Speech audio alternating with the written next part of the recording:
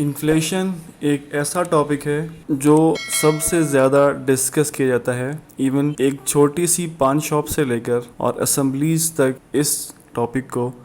بہت زیادہ ڈسکس کیا جاتا ہے۔ انفلیشن کا نام ذہن میں آتے ہی سب سے پہلا جو کانسیپٹ ذہن میں آتا ہے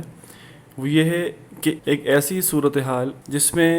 prices of goods and services increase ہو رہی ہوتی ہیں، جبکہ اس کے برعکس سپلائیز آف گڈز یا سروسز یا تو اسی سیم لیول پر رہتی ہیں یا پھر ریڈیوس ہوتی ہیں یا اس پروپورشن سے نہیں بڑھتی جس پروپورشن سے آپ کی کموڈیٹیز کی پرائسز رائز ہو رہی ہوتی ہیں کسی بھی اکانومی میں۔ ویسے تو بہت سارے فیکٹرز انوالو ہیں جو ڈائریکٹلی یا انڈائریکٹلی انفلیشن پر اثر انداز ہوتے ہیں، مگر یہاں ہم آسانی کے لیے ایک بنیادی فیکٹر پر ڈسکس کریں گے، تو لہٰذا آپ تمام اسٹوڈنٹس یہ بات ذہن میں رکھیں کہ all other factors remain constant. اگر دیگر تمام فیکٹرز کانسٹنٹ رہتے ہیں تو اس ایک پرٹیکولر فیکٹر کے چینج ہونے سے یا اس کو رائز ہونے سے کیا امپیکٹ پڑتا ہے انفلیشن پہ، ہم فی الحال ایک بیسک فیکٹر کو ڈسکس کریں گے جو کہ انفلیشن پہ اثر انداز ہوتا ہے۔ باقاعدہ تمام فیکٹرز ہم آہستہ آہستہ ایک ایک کر کے اگلی ویڈیوز میں ڈسکس کریں گے۔ اچھا، سب سے پہلے میں ورڈ انفلیشن کو اگر اردو زبان میں ٹرانسلیٹ کروں تو یہ بنتا ہے افراط زر۔ اگر افراط زر کو میں مزید آسان اردو میں ترجمہ کروں تو اس کا مطلب یہ بنتا ہے کہ افراط کی مطلب ہے زیادتی، بہتات یا کثرت، اور زر کا مطلب ہے پیسہ۔ اگر میں اس کو ایزی انگلش میں بھی بتانا چاہوں، آسان انگلش میں اس کا ترجمہ ایسے بنے گا کہ ایکسیس منی، یعنی کسی بھی اکانومی میں جب پیسے کی بہتات ہو جاتی ہے، پیسے کی کثرت ہو جاتی ہے، تو وہاں پہ انفلیشن جنم لینا شروع کر دیتا ہے۔ انفلیشن کے بیک اینڈ پر کوانٹٹی تھیوری آف منی کام کر رہی ہوتی ہے، یعنی کہ جتنی کوانٹٹی آف منی، پیسے کی جتنی مقدار تعداد میں اضافہ ہوگا، انفلیشن بڑھے گا۔ اچھا، اب کوانٹٹی تھیوری آف منی کہتی کیا ہے؟ کوانٹٹی تھیوری آف منی کہتی ہے کہ ویلیو آف منی ڈپینڈ کرتی ہے اس کی کوانٹٹی پہ،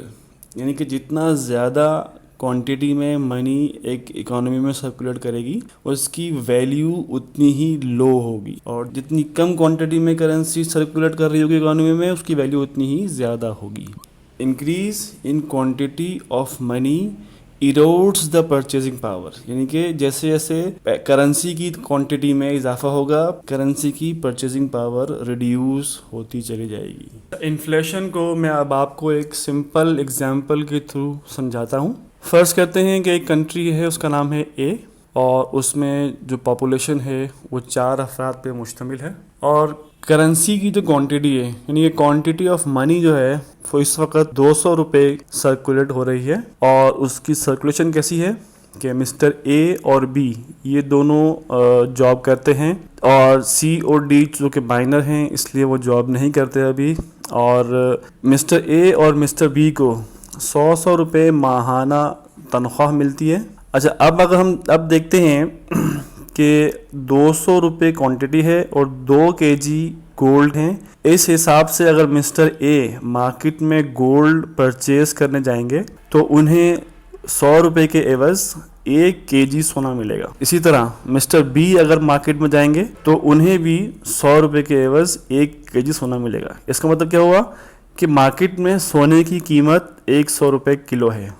ابھی کچھ عرصے کے بعد مسٹر سی اور مسٹر ڈی جو دونوں مائنرز تھے، بچے تھے، اب وہ جوان ہو گئے ہیں اور نوکری کے لیے شور مچا رہے ہیں کہ ہمیں جاب دی جائے۔ گورنمنٹ نے فیصلہ کیا کہ ان دونوں کو بھی جاب دیتے ہیں، اور ان کو سیلری دینے کے لیے گورنمنٹ نے 200 روپے کے مزید نوٹ پرنٹ کروا لیے۔ اب جب کہ 200 روپے کے نوٹ مزید پرنٹ ہو گئے تو کوانٹٹی آف منی میں 100% کا انکریز آیا، اور کوانٹٹی آف منی جو ہے وہ 200 روپے سے 400 پر چلی گئی، جبکہ اس کے اگینسٹ، اس کے برعکس سپلائی آف گولڈ وہی کے وہی رہے، اس میں کوئی چینج نہیں آیا، یعنی کہ 2 kg پڑا ہوا ہے۔ اب اگر ان چاروں حضرات میں سے کوئی بھی ایک شخص، کوئی بھی ایک بندہ 100 روپے لے کے مارکیٹ میں گولڈ پرچیز کرنے جائے گا تو اس کو 100 روپے کا ½ kg گولڈ ملے گا. یہی 100 روپے کا نوٹ پہلے 1 kg گولڈ پرچیز کرنے کی پاور رکھتا تھا, لیکن جو ہی کوانٹٹی آف منی انکریز ہوئی وتھ سیم سپلائی تو اس کرنسی کا پرچیزنگ پاور لوز ہوا, اور یہ اب 1 kg گولڈ کے بجائے ½ kg گولڈ خریدنے کے پاور رکھتا ہے. تو یہ آپ نے دیکھا کہ انتہائی سمپلسٹ ایگزامپل ہے جس میں آپ ایزیلی انڈرسٹینڈ کر سکتے ہیں کہ انفلیشن کس طرح سے کسی بھی اکانومی میں ریز ہوتی ہے.